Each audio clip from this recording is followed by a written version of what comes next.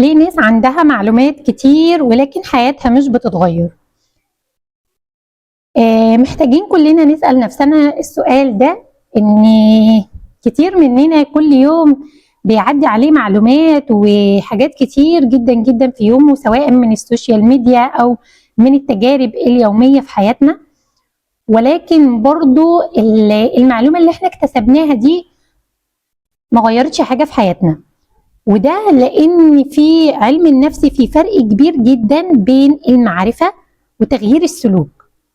المشكلة ان المخ بيحس بالمكافأة اول ما نتعلم معلومة جديدة، فبيتهيأ لنا ان احنا اتقدمنا وان احنا اتعلمنا حاجة جديدة، ولكن في الحقيقة احنا ولا اتقدمنا ولا عملنا اي حاجة مفيدة في حياتنا، غير ان احنا سمعنا المعلومة، مش اتعلمنا كمان المعلومة، احنا بنكون سمعنا المعلومة.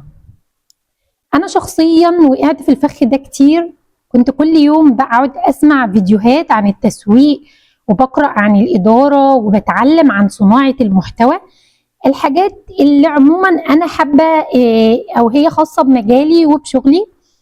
في اخر اليوم كنت بحس ان انا كده تمام، انا بطور من نفسي، انا كده كل يوم بطور من نفسي شوية، بسمع لناس مؤثرة وناس محفزة، ولكن ما كنتش بنفذ اي حاجة.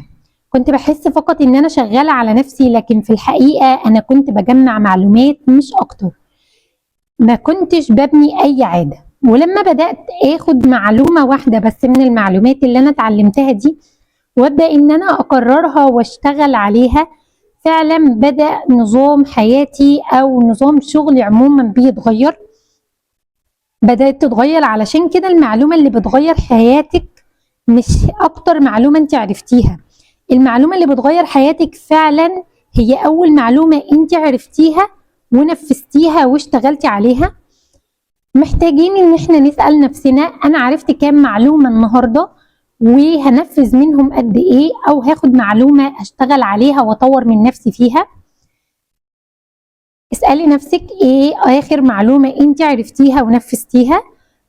ابدأي خدي خطوات فعلية في ان اي حاجة تعرفيها مش ما تكونش لمجرد المعرفة، ولكن خديها للتجربة، هتلاقي ان حياتك بدأت تتغير بنسبة كبيرة.